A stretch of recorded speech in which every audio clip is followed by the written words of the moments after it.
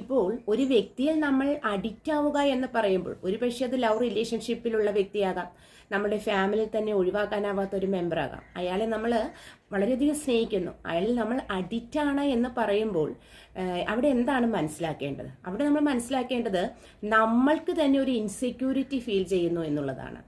അതായത് നമ്മളുടെ മനസ്സിൽ മറക്കാനാകാത്ത ഒരു വിഷമം, എന്തെങ്കിലും ഒരു ട്രോമ പോലെയുള്ള സംഭവം നമ്മളുടെ മനസ്സിൻ്റെ ഉള്ളിൽ കിടക്കുന്നത് കൊണ്ടാണ് മറ്റുള്ളവരിൽ നമ്മൾ ആശ്രയം കണ്ടെത്തുന്നത്, അവരില്ലാതെ ജീവിക്കാൻ കഴിയില്ല എന്ന് വരുന്നത്.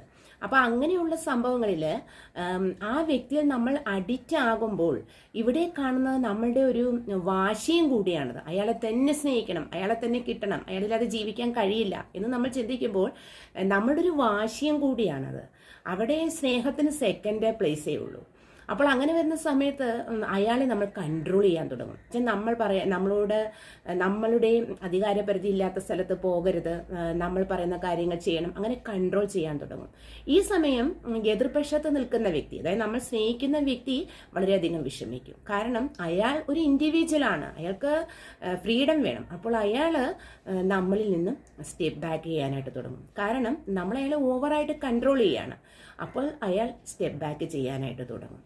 അപ്പോൾ നമ്മൾ ചെയ്യേണ്ടത് അയാളെ അയാളുടെ ഇഷ്ടത്തിന് വിടുക. നമ്മൾ അയാളെ സ്നേഹിക്കുകയും അയാളുടെ ഇഷ്ടത്തിന് വിടുകയും ചെയ്യുക.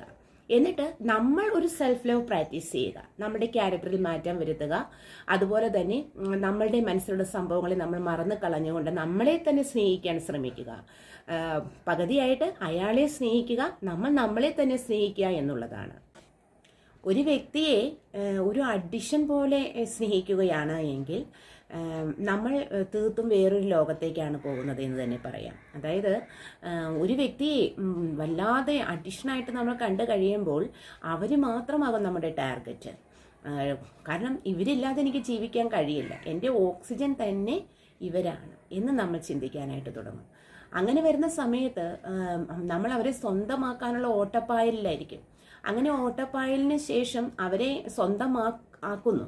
ആക്കിക്കഴിഞ്ഞ ശേഷമാണ് നമ്മൾ പിന്നിലേക്ക് തിരിഞ്ഞു നോക്കുമ്പോൾ ഒരുപക്ഷെ നമ്മളുടെ സ്വന്തമാക്കാൻ കഴിഞ്ഞില്ലെങ്കിൽ പോലും അതൊരു ക്രിട്ടിക്കൽ സ്റ്റേജിലാണ് ആ ബന്ധം നിൽക്കുന്നതെങ്കിൽ നമ്മൾ തിരിഞ്ഞു നോക്കുമ്പോൾ നമ്മുടെ കരിയർ നഷ്ടപ്പെട്ടിട്ടുണ്ടാകാം, നമ്മുടെ നല്ല സമയം നഷ്ടപ്പെട്ടിട്ടുണ്ടാകാം. അതുപോലെ തന്നെ നമുക്ക് നമ്മുടെ ഫ്രണ്ട്സിൽ നിന്നും കിട്ടുന്ന ഒരുപാട് സ്നേഹം അത് നഷ്ടപ്പെട്ടിട്ടുണ്ടാകാം. പല നഷ്ടങ്ങളും നമുക്ക് സംഭവിച്ചിട്ടുണ്ടാകാം. അപ്പോൾ നമ്മൾ ചിന്തിക്കേണ്ട ഒരു കാര്യം, ഒരാളെ തന്നെ ഇങ്ങനെ ടാർഗറ്റ് വെച്ച് സ്നേഹിച്ചുകൊണ്ട് അവരെ കൺട്രോൾ ചെയ്യാനായിട്ട് ശ്രമിക്കരുത്. അവരെ കൺട്രോൾ ചെയ്യാനും കൂടി നമ്മൾ ശ്രമിച്ചു കഴിയുമ്പോൾ ആ റിലേഷൻഷിപ്പ് വേറെ ഒരു വഴിക്കാണ് പോകുന്നത്. തീർച്ചയായിട്ടും അത് ഒരു ഡിപ്രഷനിലേക്ക് പോകും. അതേപോലെ തന്നെ നമ്മുടെ മനസ്സ് തന്നെ ഫ്ലോപ്പായി പോകും. നമുക്ക് പലതും നഷ്ടപ്പെടും എന്നുള്ളതാണ്. തിരിഞ്ഞു നോക്കുമ്പോൾ ഒന്നും സമ്പാദിച്ചിട്ടുണ്ടാകില്ല.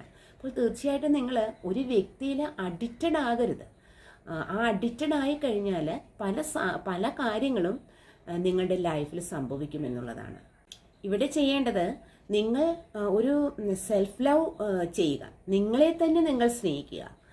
അതുപോലെ നിങ്ങൾക്ക് കുറേ കാര്യങ്ങൾ ചെയ്യാനുണ്ട്, അതും നിങ്ങൾ ഇതിൻ്റെ കൂടെ ചിന്തിക്കുക എന്നുള്ളതാണ്. അപ്പോൾ സെൽഫ് ലവ് നിങ്ങൾ പ്രാക്ടീസ് ചെയ്തിട്ട്, അത് പല വീഡിയോയിലും ഞാൻ പറഞ്ഞിട്ടുണ്ട്, സെൽഫ് ലവ് നിങ്ങൾ പ്രാക്ടീസ് ചെയ്തിട്ട് നിങ്ങളുടേതായ കാര്യങ്ങൾക്ക് ഫസ്റ്റ് പ്രയോറിറ്റി കൊടുത്തുകൊണ്ട് നിങ്ങളുടെ കാര്യങ്ങളെല്ലാം ഭംഗിയായി ഇതിൻ്റെ കൂടെ കൊണ്ടുപോകുക എന്നുള്ളതാണ്. ഈ ലവ് റിലേഷൻഷിപ്പിനോടൊപ്പം നിങ്ങളുടെ കാര്യവും കൊണ്ടുപോവുക എന്നുള്ളതാണ്. അല്ലാതെ ഒരാളുടെ പുറകെ ഒരു അഡിഷൻ പോലെ പയാതിരിക്കുക എന്നുള്ളതാണ്. അത് ലവ് റിലേഷൻഷിപ്പ് ആകാം, ഒരു പക്ഷേ എന്തിനോടുമുള്ള ഒരു പാഷനാകാം, എന്തിനോടുമുള്ള ഒരു ക്രേസാകാം. നിങ്ങളുടെ ലൈഫിലെ നല്ല സിറ്റുവേഷൻസിനെ എല്ലാം നിങ്ങൾ അവോയ്ഡ് ചെയ്തുകൊണ്ട് ഒരു വസ്തുവിൻ്റെ പിന്നിൽ പായരുത്. അഡിഷൻ നമ്മൾക്ക് നിസ്സാര നിമിഷം കൊണ്ട് വേണ്ട എന്ന് വെച്ചാൽ വേണ്ട എന്ന് വെക്കാവുന്നതേ ഉള്ളൂ. പക്ഷേ പലരും പറയും അത് മറന്നു കളയോ, അത് വേണ്ട എന്ന് പറഞ്ഞാലും നമ്മളുടെ മനസ്സിന് അതിനുകൊണ്ട് സാധിക്കത്തില്ല. പക്ഷെ നമ്മൾ ചെയ്യേണ്ട കാര്യം കുറേശ്ശെയായിട്ട് പ്രാക്ടീസ് ചെയ്യുക എന്നുള്ളതാണ്. കുറച്ച് സ്റ്റെപ്പ് ബാക്ക് ചെയ്യുക, അടുത്ത ദിവസം കുറച്ചും കൂടി സ്റ്റെപ്പ് ബാക്ക് ചെയ്യുക, അടുത്ത ദിവസം കുറച്ചും കൂടി സ്റ്റെപ്പ് ബാക്ക് ചെയ്യുക എന്നുള്ളതാണ്. അപ്പോൾ അഡിഷൻ എന്നുള്ളത് തീർത്തും അപകടകരമായിട്ടുള്ള ഒരു കാര്യം തന്നെയാണ്.